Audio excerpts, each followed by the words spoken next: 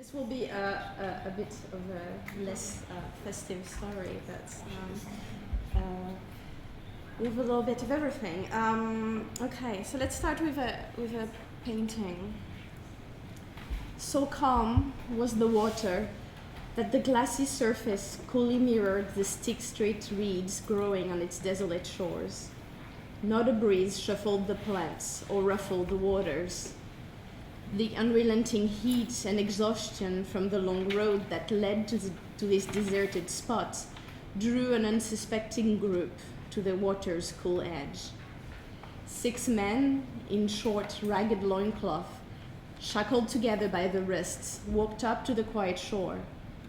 The still, desert land woke up to the sound of their steps, voices, and rattling chains, turning wilderness into a repulsive landscape of human trafficking.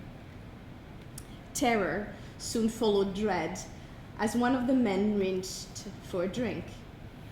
Strange case that happens in these rivers, explains the matter-of-fact text under the image, and I continue to quote. A slave merchant was coming and taking away 15 or 16 slaves, chained to one another as they usually are, and as can be seen in the image. As they were thirsty and approached the river to draw water with a gourd, a crocodile arose and, having grabbed one of the men by the hand without anything to be done to help them, drew them all into the water and devoured them all. End of quote. This vignette comes from a late 17th century manuscript composed under the purview of Capuchin Franciscans, veterans of the order's Central African missions, as a didactic tool to instruct future missionaries about their work in the region, as well as about the region's flora, fauna, mores, and customs. Images and texts both offer eyewitness account of the region, but were created at different times and by different hands. While most of the manuscript's images fit comfortably within a particular early modern visual type, some, as this one, awkwardly straddles the genres of natural history, travelogue, early ethnography, and marvelous tale. And there is a chilling effect to this ambivalence as we realize that it is indeed difficult to decide whether the creator of the image set out to draw zoological observation of animal behavior, an ethnographic account about Central Africans, or a report on slave trading practices, and the text here does not help much. I'm showcasing this vignette of 6 enchained people in the late 17th century Congo or Angolan savanna for the background it gives to my story, any history perhaps of Central Africa, and to a large extent of the early modern world at large. It is a rare contemporary depiction of the Atlantic slave trade, rarer for representing the captured on the African continent itself, and rarer even for its early 17th century date, as European images of the trade only multiplied with the rise of abolitionism, that is to say, at the earliest in the next century. Yet the scene it so vividly and exceptionally depicts is an essential part of my tale and many of our tales today. In my case, the dull rags wrapped around the loins of the 6 unfortunate captives are evocative counterpoints to the cosmopolitan luxuries I will study, with which the Central African elites heralded their social rank, economic achievements, and for some, their political legitimacy and religious affiliation. The colorful trappings of the slave trade era Central African elite appeared through the trade from overseas, this image reminds us, as African bodies vanished as part of the same commerce beyond the very same waters. In this paper, I draw from the rich visual record of Central Africa in the late 17th century to probe the role of cloth and color in the sustained cross-cultural encounter between Europeans and Central Africans in the 2 interrelated areas of religion and power. The sustained encounter between Central Africans and Europeans along the early modern period is an essential factor in the trajectory of Congo's civilization. however we want to think about it, both in Africa as well as in the Americas. Men and women of Congo and Angola, I argue here, brought together local and foreign, old and new ideas and praxis about and off cloth and color, turning incongruous strands into common threads with which they manage their rapidly changing world. The scholarly standpoint of his paper is one that considers how a close attention to periodization enriches our understanding of the longue durée trends. Intense engagement with the broader Atlantic world shaped the experience of many in Central Africa, yet the cross-cultural reckonings and their visual manifestations greatly varied from group to group. Congo Christian elites, leaders of Luango and Kakongo, Luso-Africans, Soba, that is to say great men of the Mbundu region, black subject of Portuguese Angola, all conspicuously used imported cloth as statements of identity. Yet the nature of their claims and the specific object they chose to express them vastly varied. Here on the left, the King of Congo and the Mbundu Angola on the right appear in the Portuguese soldier Antonio de Oliveira Cadornega's 3-volume chronicle of the first century of Angolan history, which he wrote around 1680, and gives us an example of two different modes of engagement with imported novelty. The Congo Christian elite represented here on the left through their king, for example, correlated foreign and local items into a political statement of legitimacy as ruling member of a Christian kingdom, following the terms set around 1500 by their first great Catholic king Afonso upon the conversion of Israel. Their Christian era regalia accordingly presented them as both Congo great men and Christian knight. The Mpo cap on his head is an emblem grounded in local symbolism, while the medallion on the king's chest heralds his membership in the Knighthood Order of Christ. The large sword of the kind we've seen in Kuhn's presentation refers to an essential part of Congo Christian visual identity, including its coat of arms and regalia. The iron swords visually quoted the weapons of European aristocrats of Afonso's era, so it's a historical object. Sobas from the Mbundu, I'm missing an image, but we'll use our imagination. So the Sobas from the Mbundu regions, in contrast, did not express in their finery a similarly consistent political statement. Men of status within a loose and contested political landscape, they lived in a world where power was carved through multiple shifting alliances, including ones with the Portuguese installed in their fragile conquista of Angola, centered on the city of Luanda, founded in 1575. So textile and accessories from overseas thus referred in their cases to their access to long-distance trade networks and the desirable imports they rendered available, as well as to their involvement with European culture. Cadornega depicts on another page the Soba of Mbuila, a region at the confines of Congo and Angola, as such a persona, and in the image is wearing a flamboyant beaver felt hat with feathers, and he has a European-style coat, slippers, and fashionable facial hair, demonstrating a keen interest in European uses. The Soba of Mbuila is among those in Central Africa to whom the controversial term of Atlantic Creole may apply the best.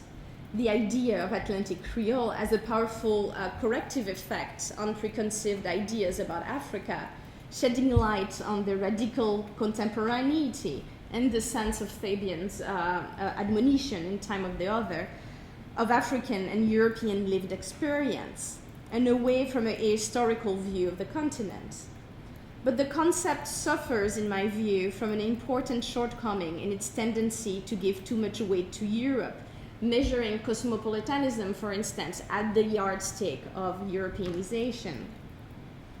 Yet it is important to remember that the trade in foreign goods in general, and textiles in particular, that the Atlantic system made possible, facilitated the arrival in Central Africa of items from a range of locals and not exclusively or even principally from Europe. Before the 18th century and the Industrial Revolution, cloth from India and other parts of Africa, both nearby Luango, imports to the Congo, but also West Africa for blue cloth from São Tomé or Benin dominated the list of imports. European trade textiles produced later in the era, in fact, imitated to a large extent these non-European products. So this is the context within which I approach the two working examples that I want to share with you today. The first looking at cloth, whiteness, and religion, and the second at the power of blue textile. So first, cloth, whiteness, and religion. One step behind the friar, mestres, or church masters, wear the long white cloth draped over one shoulder, characteristic of their office. Mestres were members of the elite, learned in Catholic doctrine, European languages, and literacy, who formed the backbone of church establishment in the Congo Kingdom. They exercised most of their office independently from the often totally absent and always scarcely available art and clergy, and in turn were essential linguistic, but above all cultural intermediaries between priests from Europe and local populations. Relatively little attention has been paid in the literature on the Congo to the mestres. In my previous work, I have identified their consistent use of white draped cloth along with staffs as emblem of their office. But these summary observations deserve a closer look. The white color of the uniform is indeed striking and stands in stark contrast with the other types of cloth described and depicted in the written and visual primary sources in Central Africa. So the mestres are recognizable, here is the arrow, through their white cloth draped over the shoulder here, and these two gentlemen there also. So the long loose drapes of the mestres are lighter hued and brighter than cloth seen on modest Central Africans, but also visibly distinct from the colorful dyed or imported textiles of other members of the elite. The arrangement of the cloth over the left shoulder is also consistent and specific. I know that the mestres cloth was sometimes, but I don't know that it was always made of cotton, or if it was consistently locally produced or imported. But it is evident that the white color played a central role in its significance. The historical written sources do not address or explain the mestres' use of the white cloth. It was perhaps so prevalent a practice as to be unremarkable and may not have warranted commentary. The Capuchin friars, who studiously captured the practice in their images that we're looking at here, did not feel the need to further explicate it in their text. That textile would be used as insignia of anything in the Congo is not surprising, but the question of color remains. Why? Why white, and how does it matter? The significance of white among Congo and Congo-related groups has been amply noted in studies focusing on the 19th and 20th century. So I think here of Jacobson Whidding's Red, White, and Black as Mode of Thought, or White McGaffey. I think you're using color exegesis quite a bit in your studies. But what I'm interested in is what early modern sources tell us about the color and its meaning before basically Laman. In addition to featuring on rock paintings, some seemingly predating the 16th century, the color white appears in the earliest chronicles of contact between Europeans and Central Africans.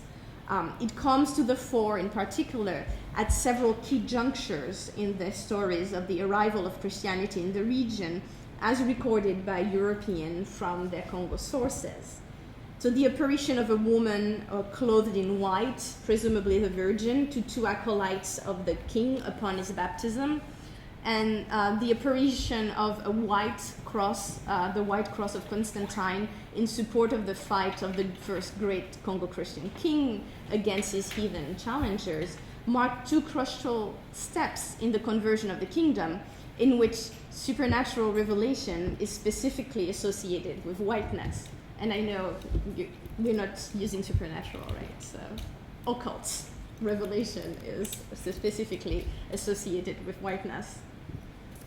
And indeed, whiteness carried in the region powerful associations with the otherworldly, made manifest, for example, in its associations with funerary functions through white body painting, white mourning attire, and white corpse wrappings, as recorded in the early modern period at the margin of the Christian society. Another evocative example is the testimony of prophetess Beatrice Kimpavita, the leader of the Antonian movement, in which she retells circa 1700 how young white children appeared to her in her dreams to bring messages from the other world. And here she uses white as a color, not as a racial identification. Before the mestres, and perhaps in a direct precedent for their coats, white textile caps worn by the elite were worn by the elite already in the 15th century and were understood to be linked to local priesthood. Whiteness was also associated, at least since the 17th century, with organizations such as Kimpasi, which initiation involves symbolic death and rebirth that use, again, the white body painting and give special place to pale albino men and women. In broader terms, pamba, the color and material of white kaolin, was associated with the dead and the numinous. And I want to make clear here that I'm concerned with the 17th century association of Kimpasi as described in the early modern sources, and not its 19th and 20th century homonyms, about which we know a lot more, but whose connection with the historical version is really unclear. And the link with whiteness and death also appears in tomb decoration with ivory tusk and the like from the very early moments of contact. So it may be tempting to find in these connections a clear indication that the white cloth of the mestres demonstrated how Christianity was in fact wholly taken over by Congo cosmology, with the mestres as its local ritual leaders, thinly disguised as catechists. But the sources are quite clear that the mestres' teachings and practices remained recognizably Christian even after centuries of local transgenerational transmission. Their uniform thus demands a more elaborate take on the nature of their cross-cultural reckonings. And in fact, there is more than the rich array of local reference that may help explain the mestres' outfits. And I want to think, for instance, about the European priests' white liturgical vestments as another important source.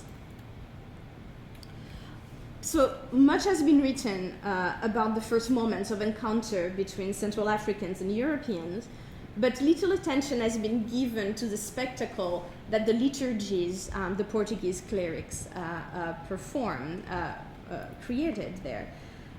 So here it's a 1598 image that's composed wholly in Europe as an illustration for the Latin edition of Duarte Lopes' chronicle of his travels to Congo.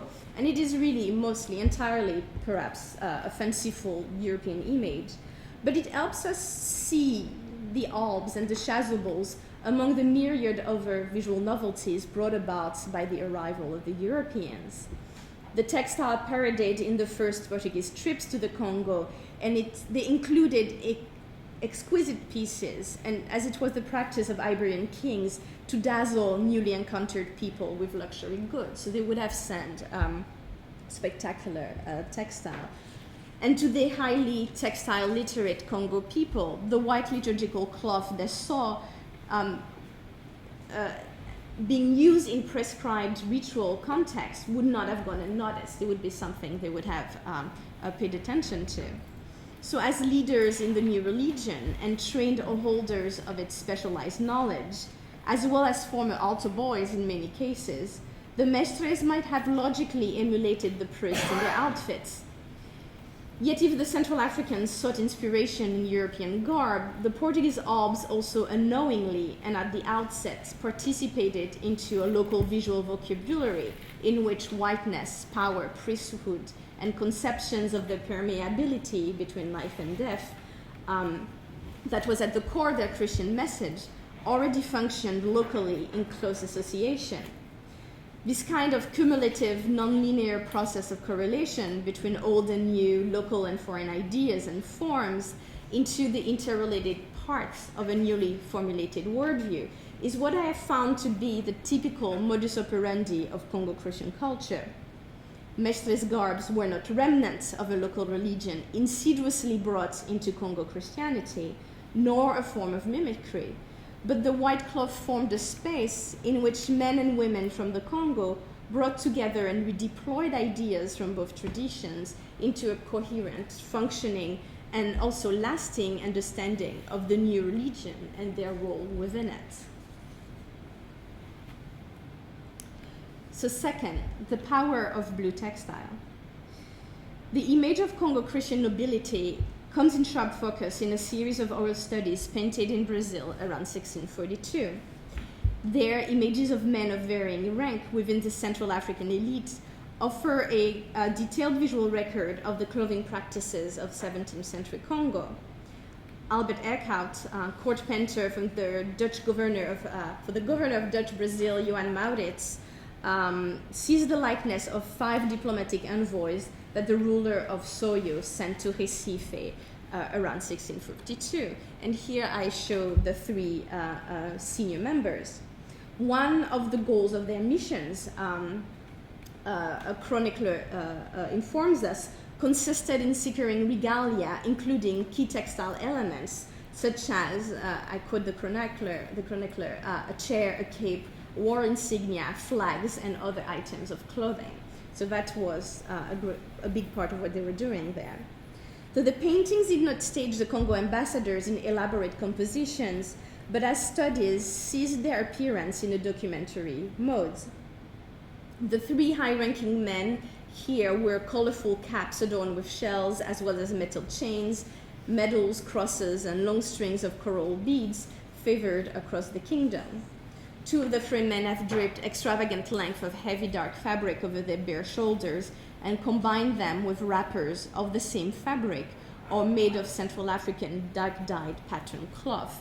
And this is what this gentleman is wearing there. And it's almost impossible to see because of the shininess of the oil painting.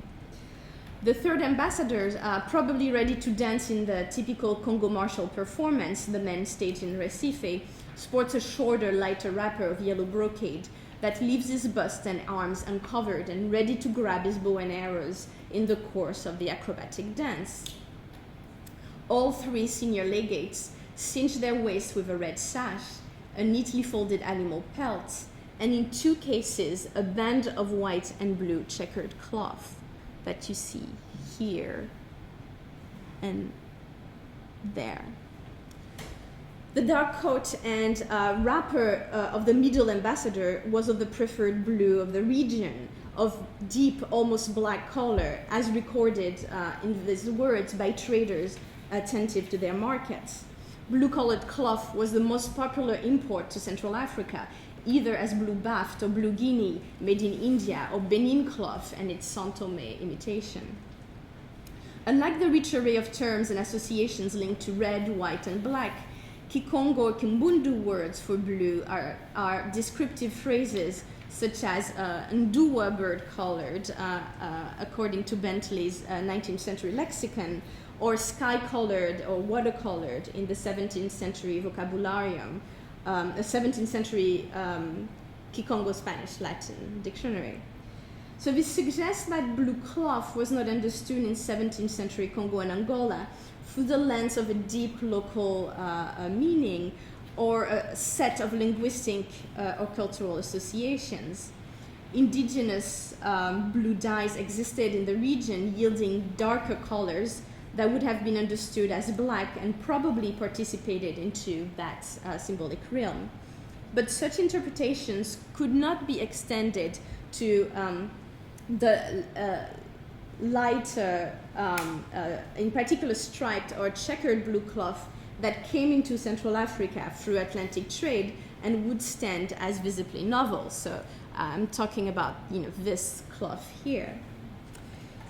This kind of cloth, I would contend, functioned as visible markers of access to the exotic novelties made available to some of the mighty men and women of the region through their ability to negotiate a place for themselves in the new commercial but also political systems ushered by the establishment of the Atlantic trade routes.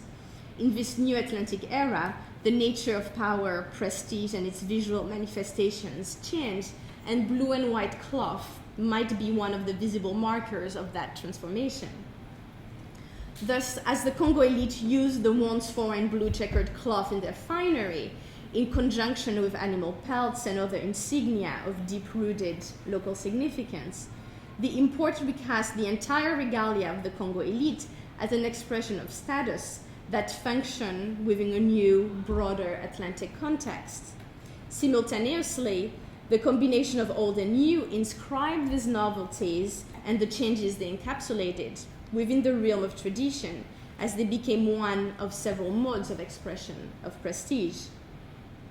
The use of blue cloth as an emblem of power may seem unremarkable, a small detail, but the textile's lasting role in Central African visual culture points to its significance. A century and a half after it appears on our oral study there, the blue checkered cotton continued to feature in 19th century power figures created among the heirs to the Congo kingdom, direct or indirect heirs, wrapped around the bodies of male figures as around that of powerful men in centuries past, combined still with furs and raffia cloth, or else knotted around activating nails and shards. The blue cloth continued to signify and demonstrate might in awe-inspiring visual displays.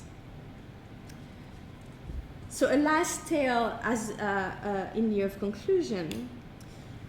So the story of predation of crocodile on human in the first watercolor resonates here in this 19th century Luango tusk now in the Chrysler Museum. Legs played in a voracious attack, the animal has clenched the victim in his large jaws.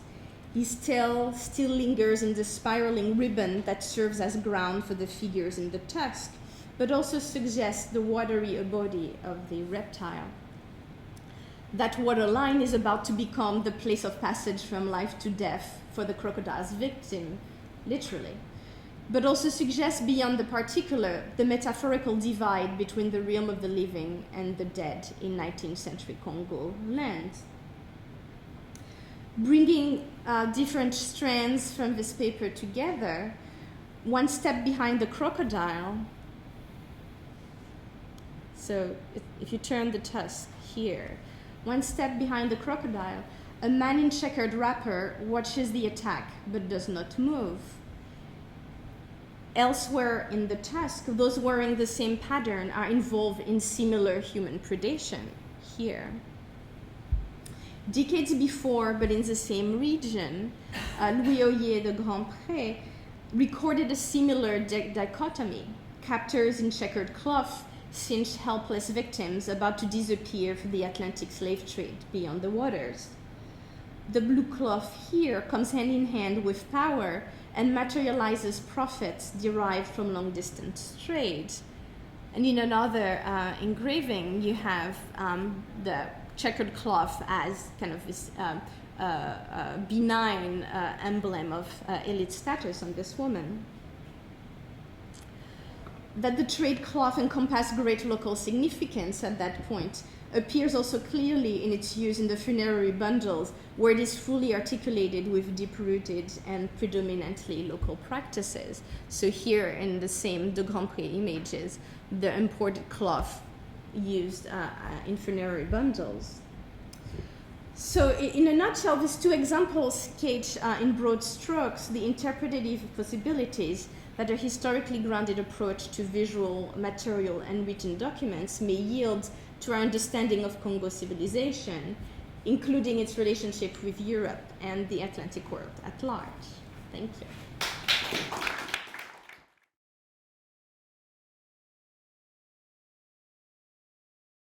So I'm going to follow the lead of previous speakers in focusing on local conceptualizations, local repertoires of ideas. In this case, what I actually want to look at is conceptualizations of the past itself. How do people talk about recollect the past.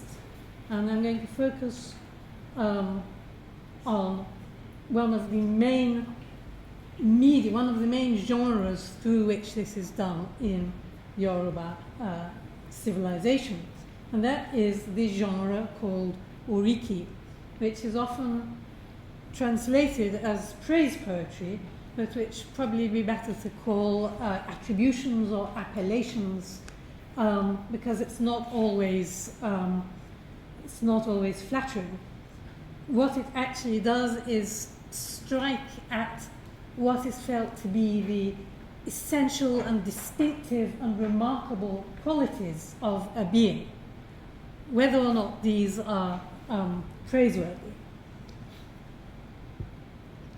Now, in the interests of also following in the footsteps of people who've given us such wonderful, broad overviews of big culture areas, even the whole of Sub-Saharan Africa, I will add that this form, the praise poetry form, is found extremely widely in Sub-Saharan Africa. It's found in almost all of southern, central, and West Africa, and there are also cases even in the non-Bantu Eastern African cultures like Dinka, who have praise poetry for their cattle. And the form of these genres is very strikingly, remarkably similar across this huge region. But I'm going to focus on oriki of Yoruba people. Now, the first thing to note about oriki is that they are ubiquitous in daily life. For every entity, every being, everything has oriki. Individual people, Ile, that Akin was talking about so eloquently a little while ago, towns, whether present-day towns or ancient towns of origin, animals, gods, abstract concepts like uri, which is the principle of the individual life course. Palm wine has oriki, the bicycle has oriki, the Peugeot 504 has its own oriki. So what oriki do is evoke, call up what is distinctive and remarkable. It's the basic material of innumerable chanting modes, performance modes in Western Nigeria, which would be performed at festivals, funerals, marriages, naming ceremonies, house openings, every kind of festivity where personages are on display. You will find oriki being performed. You also find it as vehicle slogans, as obituaries, radio programs, and in written histories written in Yoruba. And I'm coming back to that in a bit. It's also the most internalized of Yoruba oral genres. It's the genre that you hear from birth. The first thing parents will say to their newborn child is the oriki of its Ile, its ancient town of origin, the group of people who identify themselves as one by virtue of coming from a common place of origin. As the child grows up and as its characteristics become manifest, it will gradually acquire oriki of its own. People will compose brief epithets, nominalized poetic statements to recognize, observe, and comment on the characteristics of the person. So the thing is that oriki are incremental. You accumulate them over time. And each item of an oriki performance is separate in the sense that it might have been composed by a different person in relation to a different characteristic at a different time. And what unites them is that they are focused upon a common subject. They're usually terse and cryptic, very often highly and deliberately obscure. they're vocative, they're intensely addressed to the subject. So they're not descriptive, they're not narrative, they're evocations addressed to the person who owns them. And they're addressed in order to awake the potentiality of that person. This is a praise singer, the only professional praise singer in the town where I did some of my fieldwork.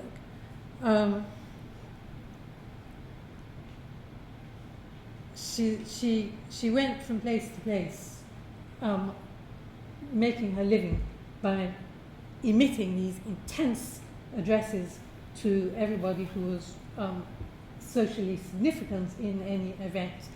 So what happens when you have this address directed towards you is that your head swells. That's how it's described. Doesn't mean that you become big-headed. It means that you are galvanized as if you were having an encounter with the supernatural. That's how you describe an encounter with the spirit in the forest path. For instance, you say, Ori wu. Well, that's also what happens when somebody directs oriki at you. It's an interesting fact that there are several verbs to be in Yoruba, one of which is je. Je means to be intrinsically. It's what you are by nature. So I could say, Obìnrin ni mo jẹ́. I am a woman. But I would say, Tisha ni mo ń ṣe. I'm doing the work of teacher. It's not that I am a teacher. I could be something else tomorrow. But je is the intrinsic one. Now, but it's interesting that je also means to answer. So if you say, Ajike ni mo ń jẹ́, Ajike is a name. Ajike is who I am intrinsically. It also means Ajike is what I answer to. So answering is the way of becoming what you have it potentially in you to be. You already are that, but the answering is what awakens it. So oriki are what evoke that answering. You have to answer to the summons, the call of the oriki, and by that means you become what you have it in you to be. So oriki are empowering, they galvanize ancestral masquerades, rather in the manner that we saw with we saw some louange being directed towards the masquerades in Mark's film. That's how it works. You chant oriki to a masquerade and it becomes empowered and gets up and starts storming around the town.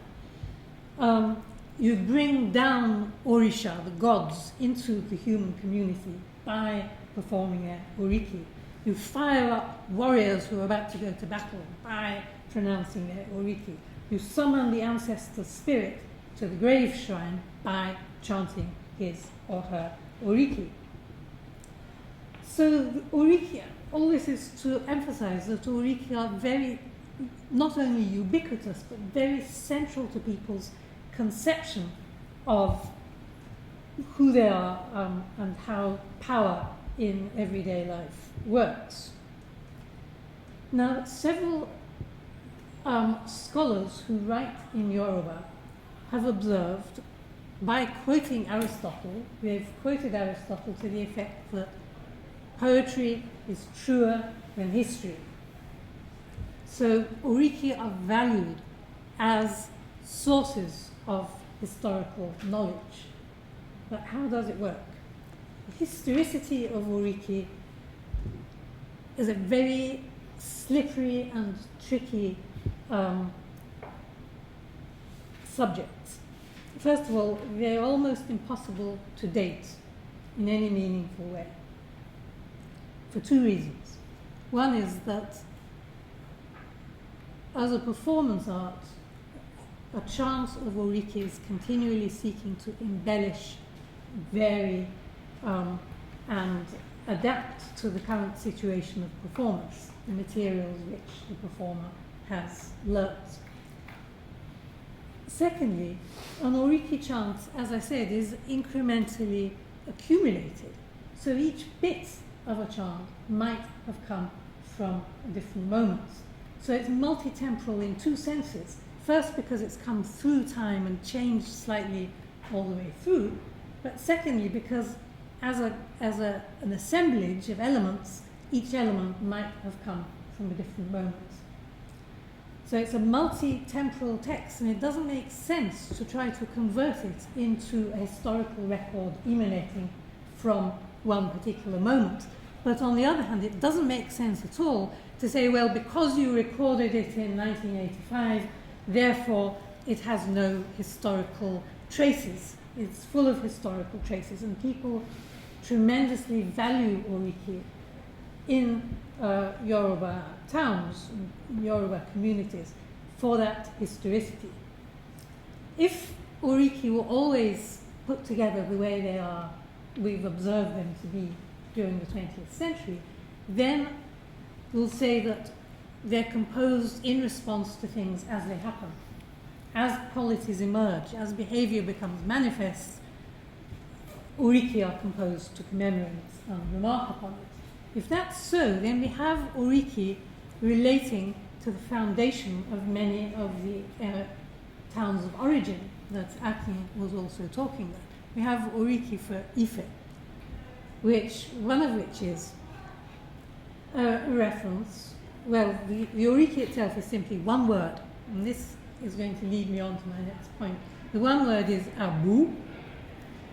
Abu comes from the verb bu, which means to abuse. Abu is a person who was abused, and that's all it says. So how do you figure out the historical meaning of this? You go to ask a knowledgeable person. I'll come back to that too in a moment. The knowledgeable person says, this refers to somebody who was abused during the founding days of Ife. He was abused because he was a slave.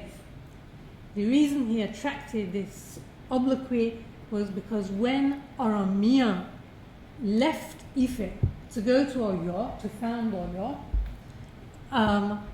his role, his position in town was taken over by somebody of slave descent, so he was abused. So this little two-syllable word opens up into this extensive narrative, which allegedly goes back to the very earliest days of the city-state of Ife. There are lots of other historical references which you can link to actual historical figures about which we have documentation. There's Oriki relating to Afonja, lots of Oriki relating to towns which we know are now defunct, so they were presumably composed at a time when these towns were still extant. So what we've got here is this multi-temporality combined with this obscurity and enigmatic quality of Oriki, which is deliberate. And incidentally, I said that praise poetry is found all across sub-Saharan Africa. So are these features of multi-temporality and obscurity. They're very widespread. Obscurity is very deliberately injected into praise poetry of all these different cultures.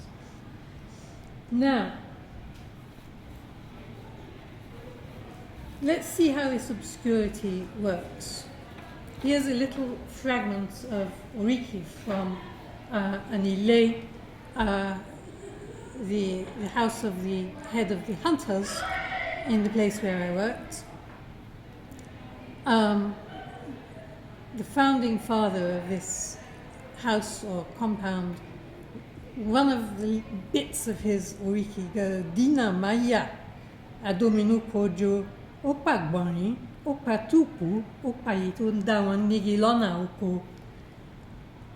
And you can see from the translation that it's obviously about something. Some event is being commemorated. Blocks the road and doesn't budge. One who fills the coward with apprehension. He kills the antelope, he kills the bush hog, he killed the thing that was terrifying him on the farm path. So this was performed by a woman. And in this town, and in many Yoruba towns, it's the Obìnrin Ilé, the wives of the Ilé, of the house, who carry these poetic traditions.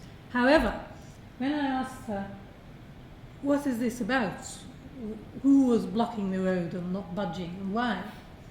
And you can see how condensed it is. Dina, Maya, all the connectives have been taken out. It says block, road, not budge. So it doesn't say he, it doesn't say but, all the normal bits that you join the sentence together with have been stripped out to leave this kind of essential phrase which doesn't narrate, it evokes a state. The narration has become evocation of a state of being, quality of personality or character. So she said, oh well, if you want to know that story, you have to go to the Baale, the head of the Ile, a man. Go to the elder of the house. He's the one who can tell you that. So I went to the elder, and he told me the story, which is too long to tell you in detail as he told it to me, but it comes down to the fact that Winyomi, the founding father of this Ile, was a great medicine man. And he had a friend in a neighboring town whose son was a masquerader. And these ancestral masquerades can become extremely violent. They can get carried away. They can begin to behave in ways that are beyond control. And in one particular festival, the son of Winyomi's friend in the neighboring town he got into an altercation with a rival, and under cover of his masquerade costume, he was a sword-carrying masquerade, he struck down his enemy, who died. So then there was a huge furore. The whole kinship of the man who had been killed rose up as one and marched to the killer's family house and said, we know that it was your son who killed our man. Even though he was in a costume, we could identify him by his style of dancing. We seek vengeance. Now, by now, the young man who'd killed the rival had run to Winyomi for protection because he knew Winyomi was a great, powerful medicine man. So the family of the dead man realized this. They gathered themselves together, a huge cohort of people. They marched 3 miles up the road to where Winyomi's house was. And he came out and he met them on the road. And he confronted them. And he said, what have you come for? They said, we've come for vengeance because you are harboring the person who killed our son. And Winyomi said, I'm going to close my eyes and I'm going to count to 3, and when I open my eyes, you will all have disappeared. And because he's a tremendously powerful medicine man, when he opened his eyes, they were all running for their lives. So that whole story is evoked by these few, not even the whole of this quotation, but just by the first 2 lines. Dina Maya adominu kojo. Then it goes on to talk about other things that he killed. He was a great hunter. He killed antelopes and bush hogs and so on. But the point is that the poetic text does not contain the narrative. It doesn't even hint at the nature of the narrative. The narrative is not necessarily known to the person who performs the poetry. You go to somebody else to learn the story. Now, the old man who told me the story could not have performed the oriki. If you say, I want to know more of this oriki, he'll say, we better go to my wife. So there's a division of textual labor. It's a distributed text. You can't say the meaning lies in one genre or in the other genre. It's distributed between 2. And in fact, there are various different ways of interpreting these extremely condensed and obscure oriki, not only by long narratives of the type I've just given, sometimes by adducing a proverb, which in turn leads to a narrative, which might lead to a reference to material culture. So there are tracks and trails which people can pass through in order to produce an exegesis. And my point is really that the exegesis is as much a creative tradition is as important as the poetry which is said to be truer than history. Okay, so we have a whole library of oral prose poetry for Africa. Very scholarly, beautifully done, elegantly footnoted, but all that has been collected is the poetic texts, not the narrative or other exegesis. And that means that we've got half of all these constitutions, exercises in the constitution of meaning. So the way historical knowledge is constituted is not self-evident. It's not something you just read off from a text which people say is a historical text, and therefore this is where our history lies. You have to investigate the way that exegesis takes place on the ground. It's a local conception of how meaning is constituted, how text can be held to have meaning. And it's not the way that most Western-educated historians would think historical meaning is encapsulated and recorded. Now, when you get to the writers, how many more minutes have I got left? 10 seconds. Well, yes, soon. Wrap it up in a couple of minutes if you could. Yeah, okay. Okay. I'll skip this. This is a fascinating example of how you can have two different exegeses of the same formulation. However, that will take me at least my remaining minutes. Oh, yeah, 4 minutes max. Yeah. I'm not going to tell this one. It's extremely interesting. But I'm going to get on to the print histories. What did these early 20th century historians, one of the main things that people wrote in the early 20th century in the Yoruba language was town histories. It was one of the most impressive achievements of this literate elite who were consciously forging a new kind of public print culture in Lagos, Abeokuta, Ibadan, and Ogbomoso. So what did they do? First of all, Akinyele, who wrote Iwe Itan Ibadan, History of Ibadan, he threw a few other towns in for good measure, Iwo, Osogbo, and Ikirun, but the main narrative is about Ibadan. What he does is he brings these two panels of the historical tradition, the narrative, exegesis, and the poetic text, he brings them together within the pages of the same book, face to face. So for each war leader of Ibadan, which as you know was a big military city founded in around 1830, so a new city based on a new basis of military hierarchy, for each one he has a narrative of that person's period in office, and then he has the oriki, face to face. And it's in print, it's in standard Yoruba, which these people were also consciously forging. It is meant to be transparent, it's meant to be accessible to anybody who can read, which of course was still a minority, but in principle it was open knowledge. Whereas in the tradition from which these texts came, as I said, knowledge was segmented. And it wasn't knowledge if it wasn't segmented. It wouldn't count as knowledge if everybody knew it. It had to be divided, not only between carriers of Itan and carriers of Oriki, but between houses. Each Ile has its own historical tradition. And if I ask House A about the history of House B, they'll say, oh, no, you have to go to House B to ask them that. We don't know anything about that. So not knowing is as important as knowing. The knowledge has to be divided in order to be valuable. And each town, incidentally, and this also follows from Akin's description of how towns are constituted, each town has to be made up of ile, which come from different places of origin.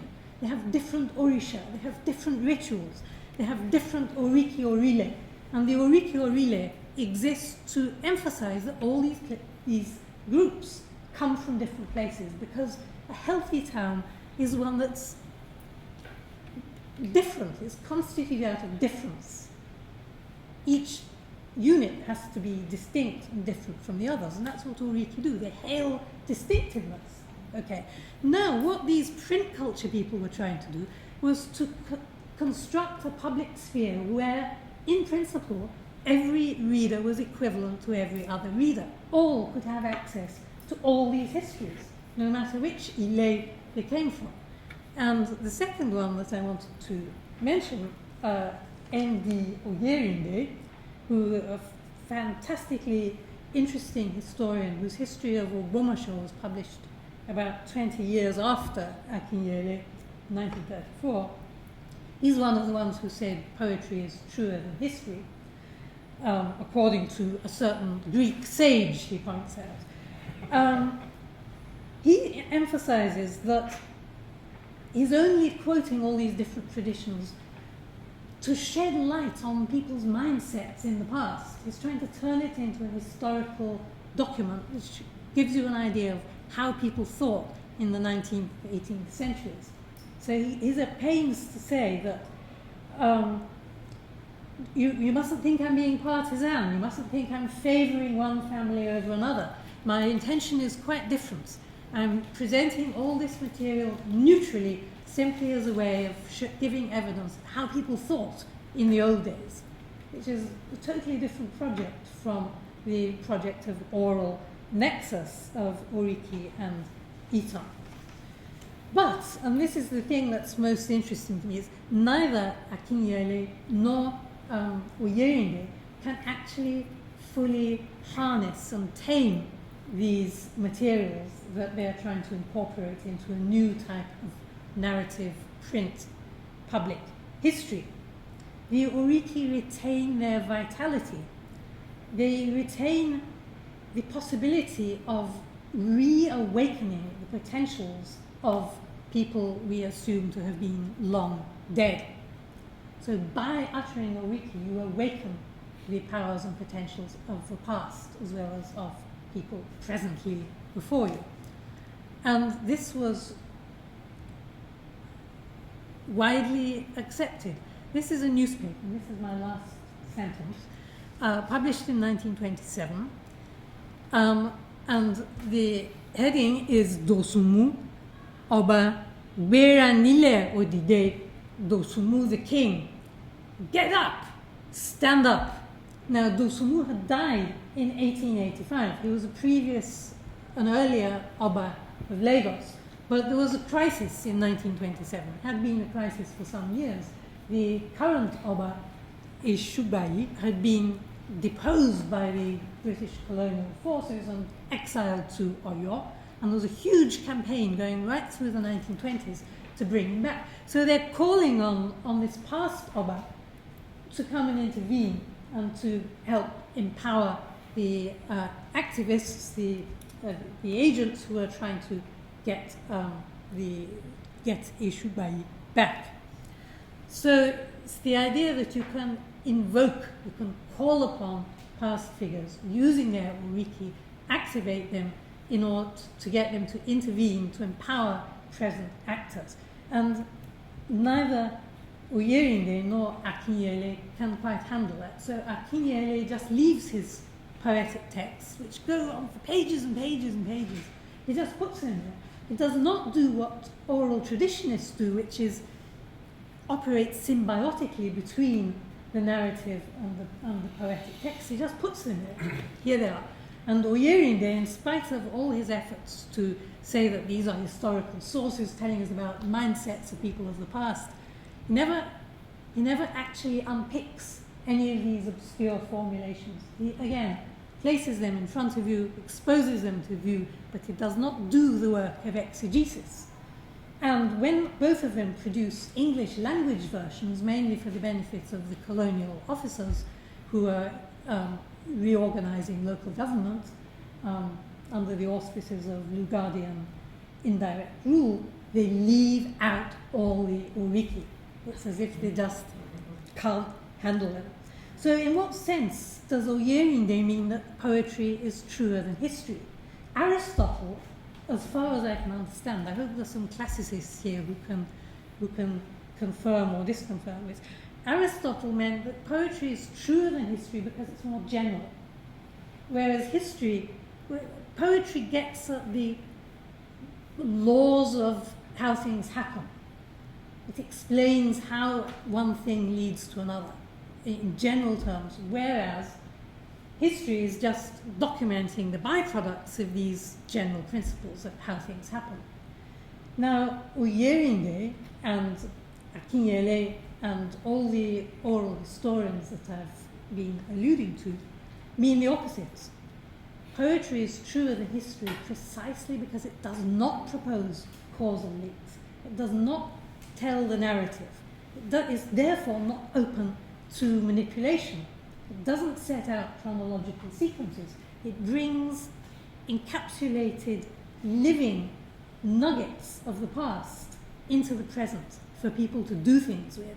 And because they come like that, intensely compacted and encapsulated, they can be made to release powers. So it's because they're obscure that they're, and riddle-like, that they're regarded to be true and unchanging. So it's truer than history, but it's also, in a curious way, unusable by historians, as many generations of historians have found. They've paid lip service to the importance and value of Wiki, but very little actual historical use has been made of them. And this is a fundamental thing about how people are conceptualizing the past. It's not just a small problem of sources and methods. It's how people, what the past is for, how people engage with the past, which I think we need to recognize.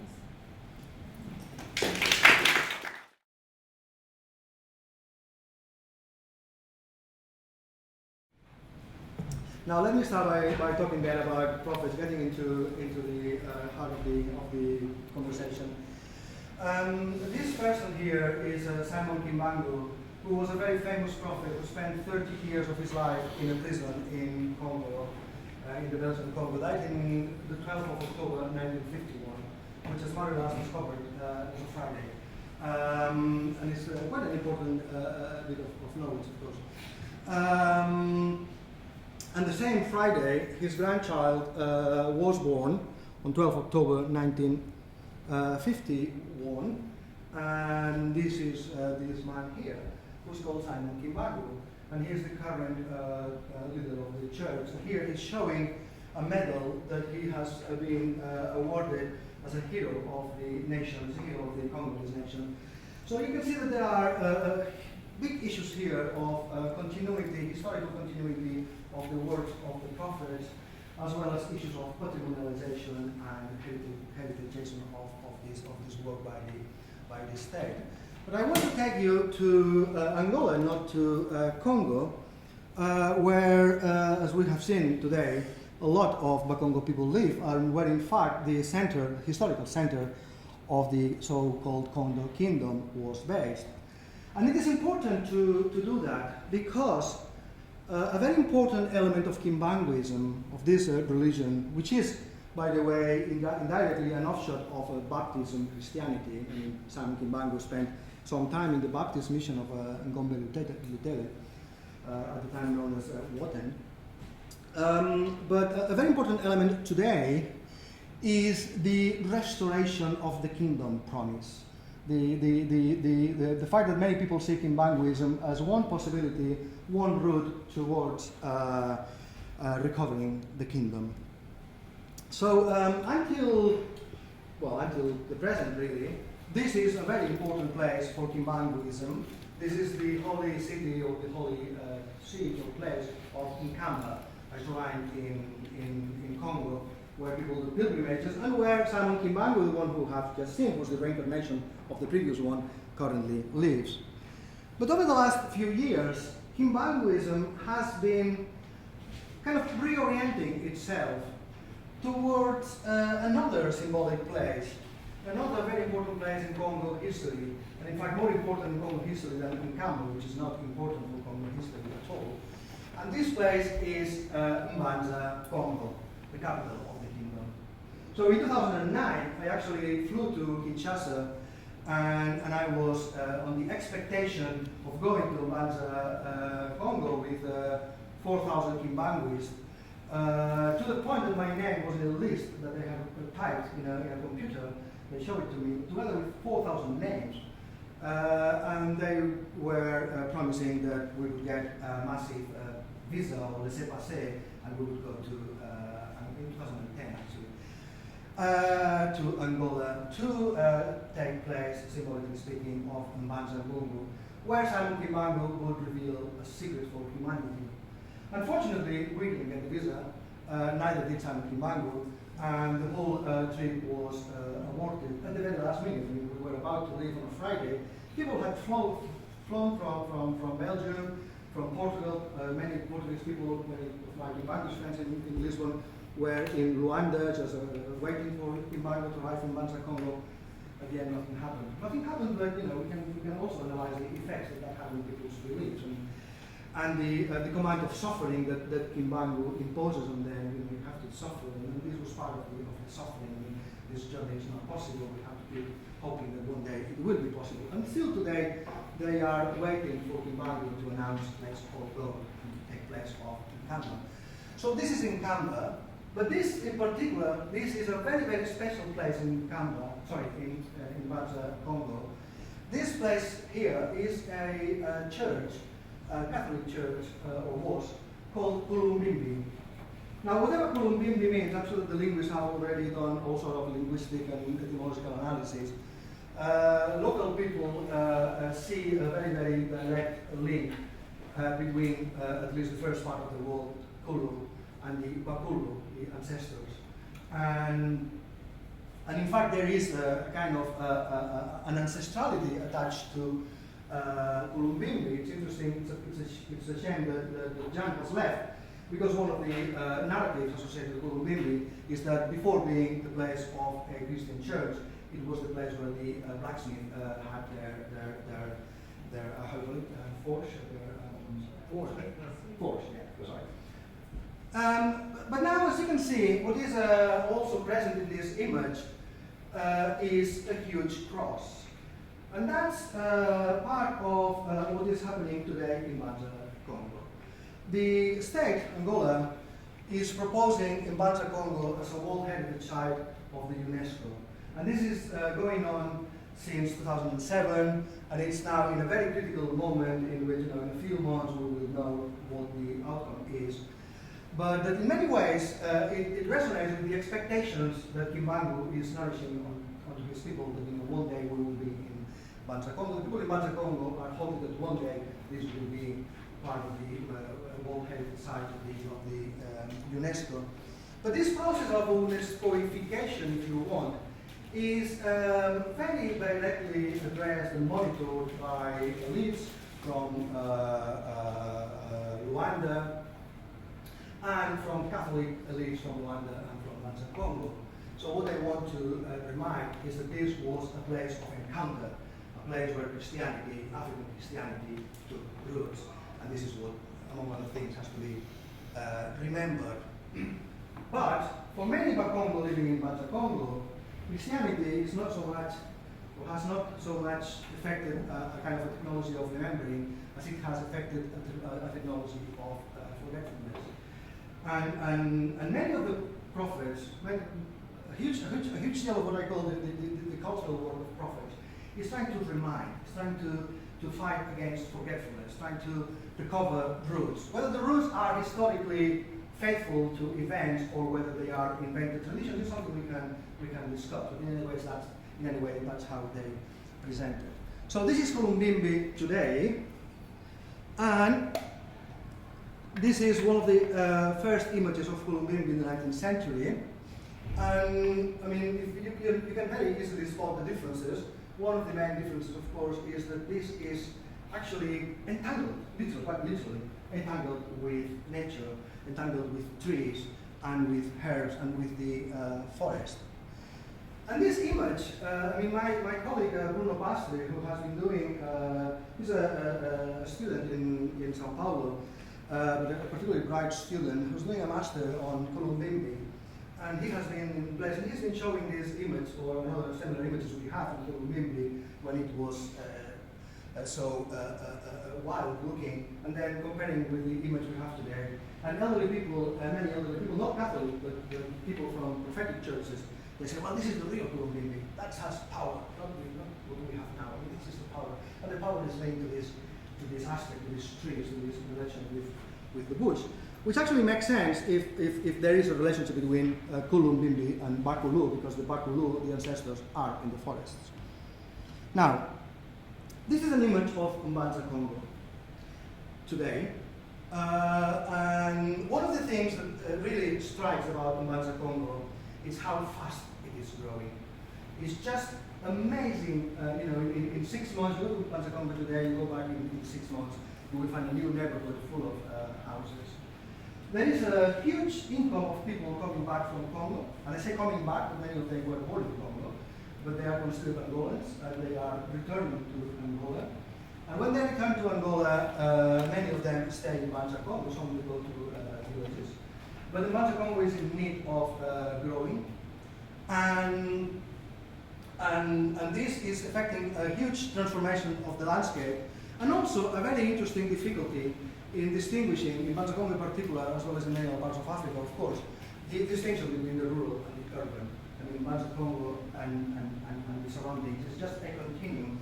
To the point that the government has a program to help rural women to get, quite a bit of money for their activities. And we have interviewed many, I say we because I don't deal with my partner in life, scientific partner in life, Marina Temudo, who's a journalist and does environmental history. And Marina and I have been interviewing many people, many women living in this city who have to walk like 10 miles or 12 miles every day to go to the rice field, to their manual field, to do their agricultural work, and yet they are excluded from these programs because they live in Mbanza Congo, so they are urban. Now, which is something I wanted to develop a little bit. This is a typical landscape in the villages near Mbanza Congo.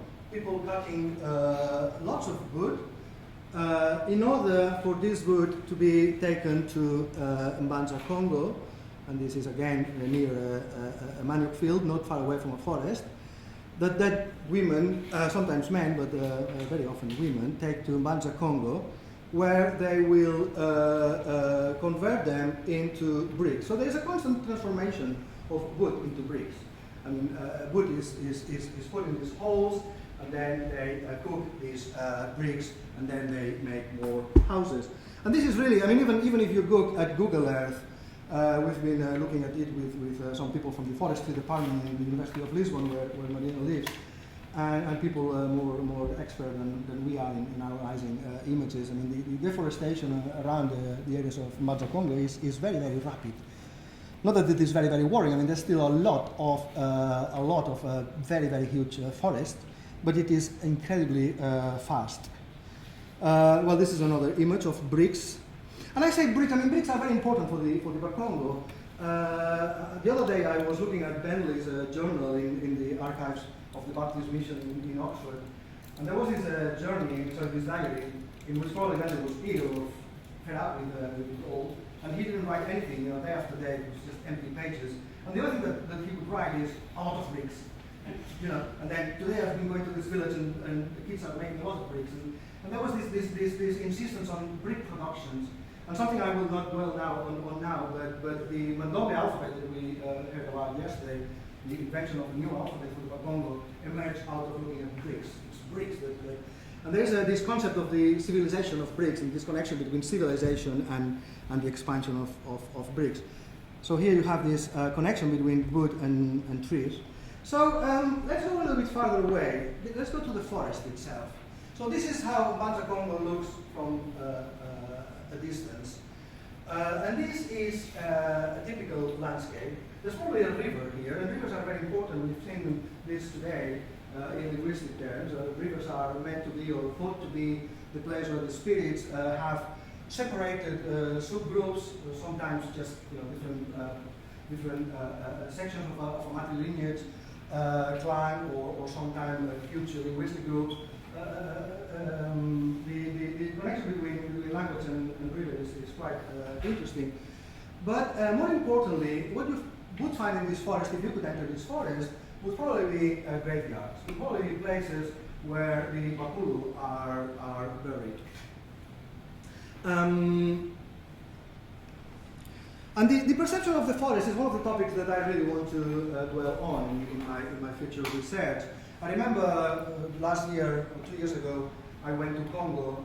I asked the educated question to Congo from the Musingombe, and I asked him about the Mayombe, the people who live in the Mayombe forest. And he just said, well, they are not really like us, they are not really like Congo, because they like living in the forest, and we do not. But these perceptions of who likes living in the forest and who does not, and who has lived in forest and who hasn't, is something that, as everything else, changes, and it's part of the work of the prophets to make it change.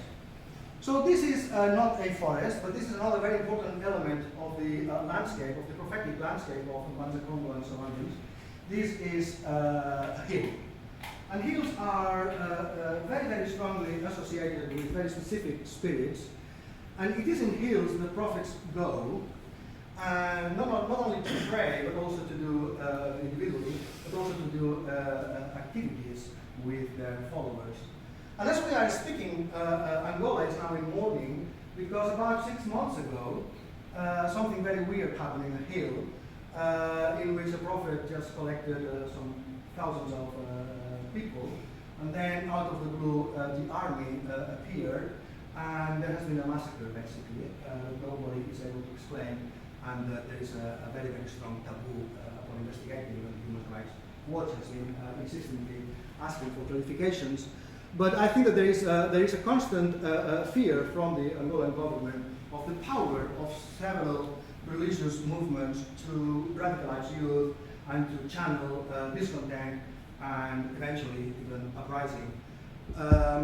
So the prophetic churches are under strict surveillance, and one of them, the Bundu dia Congo, which is the most restorative of all the Congo churches, the one that really wants to restore the Kingdom of Congo, has been banned from Angola for a year. It has been reaccepted very, very lately, because the state has to do negotiations, especially as they are in this process of proposing Mande Congo as a World Heritage Site. But there are a lot of groups that would like Mande Congo and the surrounding areas to be an independent country or an independent kingdom in which the Congo would be spoken and which would be governed by pure Congo laws. And this, by the way, has a history. I mean, this is not invention of history, or it is invention of history, but there is a historicity behind that I want to now very, very briefly tell you. And the history has nothing or very little to do with the Kingdom of Congo. You are a specialist here of the Kingdom of Congo, there are historians. I'm much more concerned about the very recent history of the Congo. The Congo, as many other people, or probably most of the people in Angola, suffered a very unfair colonization, a very brutal colonization. Forced labor is still lingers in the memory of the elderly people. I've met people who were taken forcibly to plantations, not even in Congo, not even in Angola, but also in South Tome and Principe and other places. Colonization was very inhuman in one very particular aspect as well, which is that they Portuguese people forced Congo to abandon the forest and to live on the roads. And I would say, what roads? There were no roads. And that's a very good point.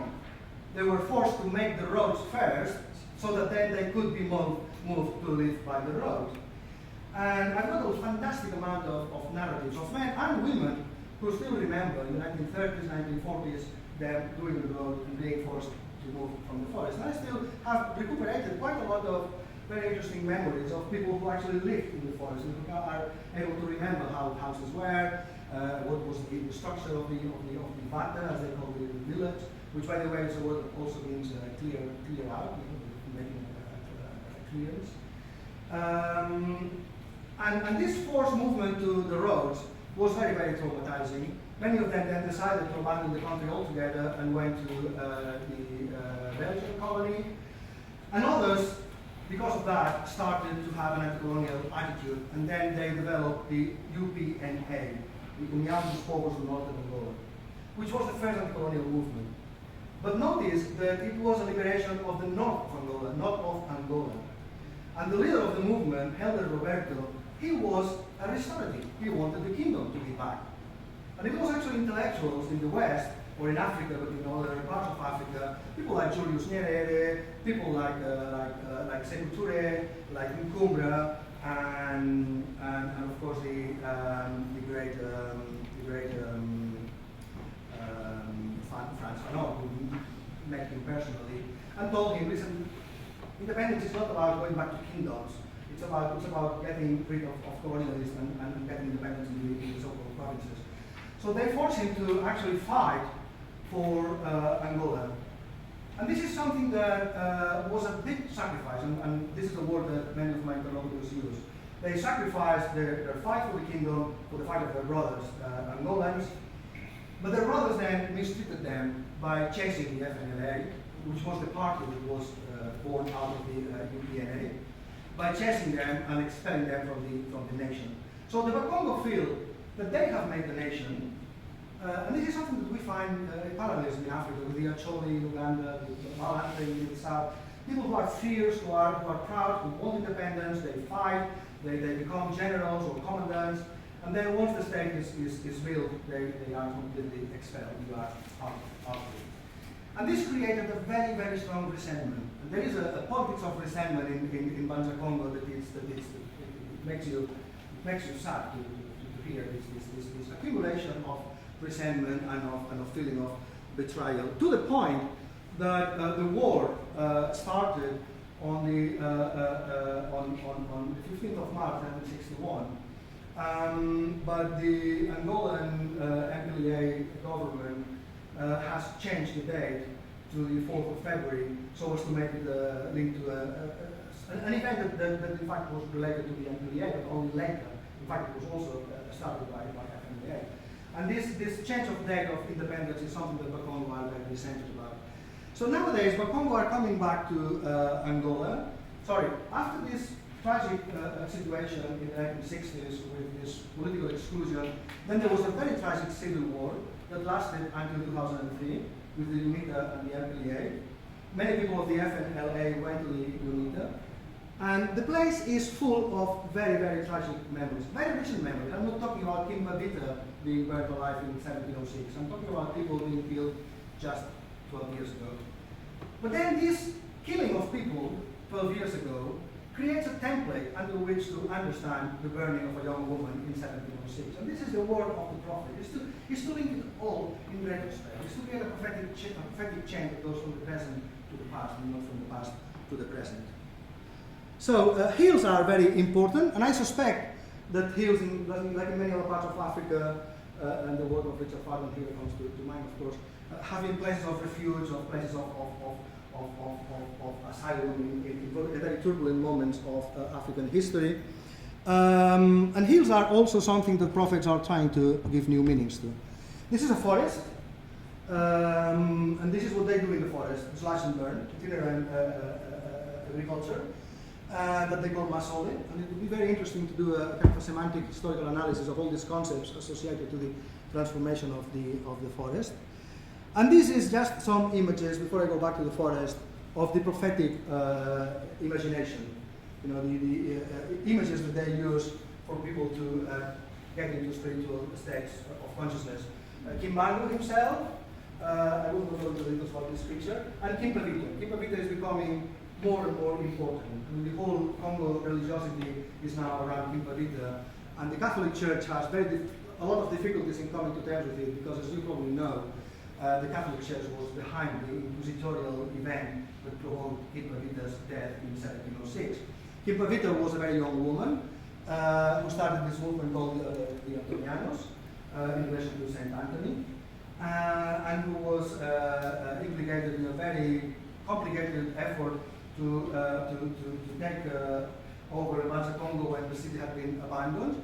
And what it is very, very important is that while Catholic and to many extent Protestant sources and the oral accounts present her as a Catholic woman, the prophets today say that this has been the perversion of the Catholic Church, to present this woman who was a prophet of Mpungu Tulendo, the African god.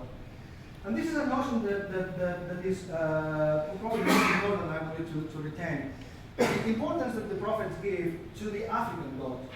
They create this notion, or they vindicate this notion, that there is a God for the whites and a prophet of the whites, which is Jesus Christ, but there is a Congo River, the God of the Africans, and he had his own prophets like Kimbangu, and many others. I mean, if you read McGuffey's book, Religious Pluralism among the Congo, you will see how many prophets there were in his days. And I think nowadays there is even more. I mean, the amount of prophets is just amazing, and the models that we need to understand this religious pluralism have to be considered. Because one of the things I want to do with my project, by the way, is to criticize how anthropology of religion has been channeled into little boxes: anthropology of Islam, anthropology of Christianity, anthropology of this, anthropology of that. And I want to do an anthropology of religious interaction, like McGuffey proposes in his book, which for me is a model to follow.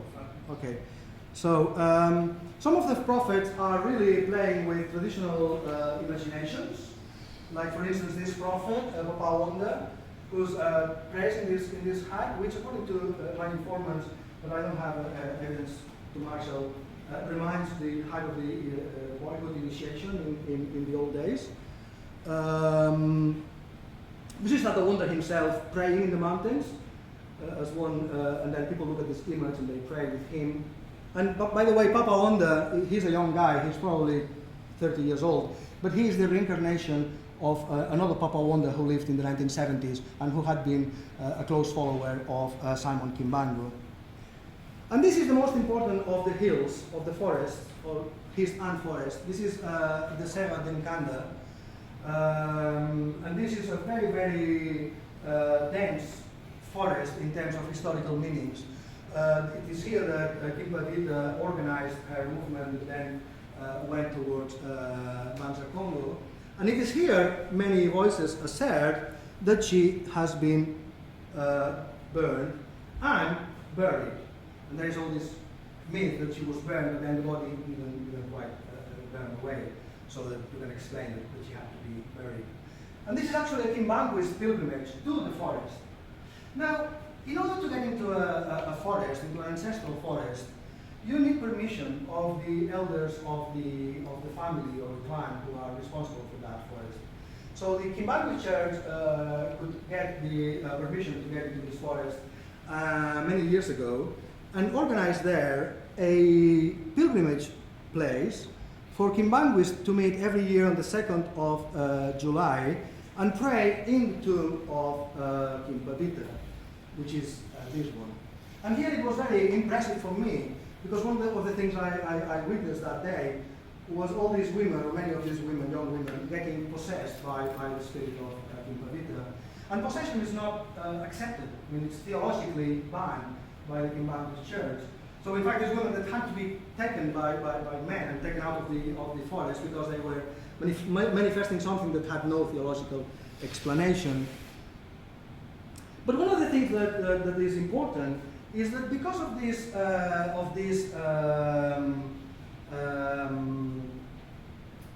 insistence on Kimbabita, what we are witnessing is a kind, by the prophetic churches, is a kind of counter heritization process. So the state wants to make Congo a World Heritage Site, okay, let's do it. But let's also find what we can present as our real heritage. That's Catholic heritage that has nothing to do with us.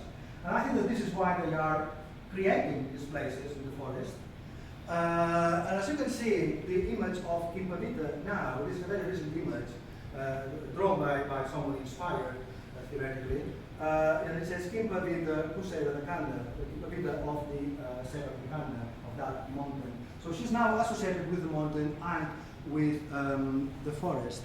And even Simon Kimbangu himself, who, as you will remember probably from my first image, was normally represented against a wall of bricks, which is the prison in which he was taken, is now represented with the nature and the mountains behind. So what is behind this reorientation from the city towards the hills and the mountains that the prophets are effectuating? I think that behind this there is a real need of the Bakongo who are coming from Congo to have land. There is a real need to move and find places. And there is also the reactivations of kinship links to reivindicate land and to find places where to go and farm. The forests that they are recuperating are called in Congo Mazumbu, or Zumbu in singular. But in Portuguese, they are referred to as abandonados, the abandoned place. This is the place they were forced to abandon in the past, and this is the place where they will return in the future. And the prophets, more than Catholic churches or Protestant churches, are very, very good at giving a very strong meaning and creating, what James Fernandez would probably call processes of microcosmolization, of creating little universes of very dense meaning in this forest. Some of the prophetic churches are actually in the forest. And if the prophet happens to be a relative of someone who has the authority to give land in the forest, they can actually build the church in the forest. But I've met a lot of people in very distant villages like Toluca and places near the Civilisation who have abandoned Catholicism or Protestantism and even Kimbanguism, which is very, very strongly Christian for many people, and have reconverted or converted into a prophetic church. And when you ask them why, they say, well, because thanks to the prophetic churches I'm discovering my ancestors. Now I can go to the bush and pray there. Now, what many people do not know, just 1 minute, and that's the bad news. All this is very beautiful, but what they do not probably know, or if they know they ignore it, is that the Angolan government is playing a very interesting game here. They have empowered the Mfumu Nsanda, the traditional chief. Nsanda is one kind of fig tree, which is a symbolism of the lineage. So the Mfumu Nsanda is the person who actually has the authority to give you permission to go to a sacred forest. Sorry, not a sacred forest. That's a concept I didn't want to use. And I can tell you why later. But if you want to go to one of these ancestral forests, you have to ask permission to the Mfumu Nsanda, who will then talk to the Soba, which is the traditional chief of the village.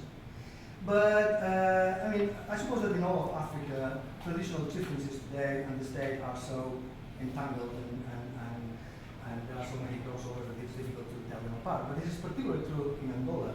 You have to be a member of the MPA to be a chief and to be a Mfumu Nsanda. But what they don't know, not that the Mfumu Nsanda is fully aware of that, is that in fact the land belongs to the state. So no matter how strong the Mfumu Nsanda and the members of the lineage believe that that's the last resort, the place where they will not be taken from, that will be the end of their historical suffering, going back to the forest and going back to the roots of their historical consciousness. The truth is that, as we are speaking, Angola has just made a huge contract with China, and God knows what the outcomes will be. But I think, and I don't want to be a prophet, let alone a negative prophet, but I think that in the future to come, a lot of critical debates will take place, both for issues of historical consciousness and identity for the Bakongo of Angola around the forest, and for issues of broader geopolitical identity questions for Angola around the forest. So I haven't used the concept of the sacred forest, because that's a concept that is appearing in many parts of Africa. And a couple of years ago I was in Guinea-Bissau, and suddenly I just stopped my taxi because I saw a very beautiful bird and I wanted to watch it.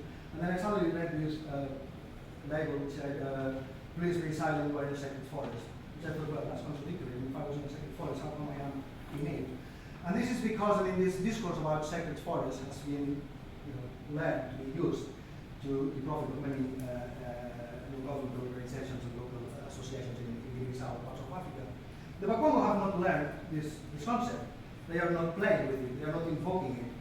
But funnily enough, the way, let's say in phenomenological terms, the way they relate to the forest, the way they will probably not let you go to the forest is really a very typical behavior that you would find of people around the world in front of things they consider sacred. So what would you find if you could go to a sacred forest? This. You would find trees with inscriptions. You would find graves with objects. I've seen people who have brought objects from their masole, from their slash and burn field, objects that archaeologists should really look at. There are all these inscriptions, or many inscriptions in trees that people like Barbaro should really help us understand the meaning and importance. And then you get all these people like this man here who tell you, please help us maintain this. I mean, this tree is full of moisture and it's going to disappear if we don't do something about it. Why are people so concerned about Kulumbimbi and then don't come to our forest to help us maintain our historical legacies in the forest? So lots of debates around the forest and in the forest. Next slide.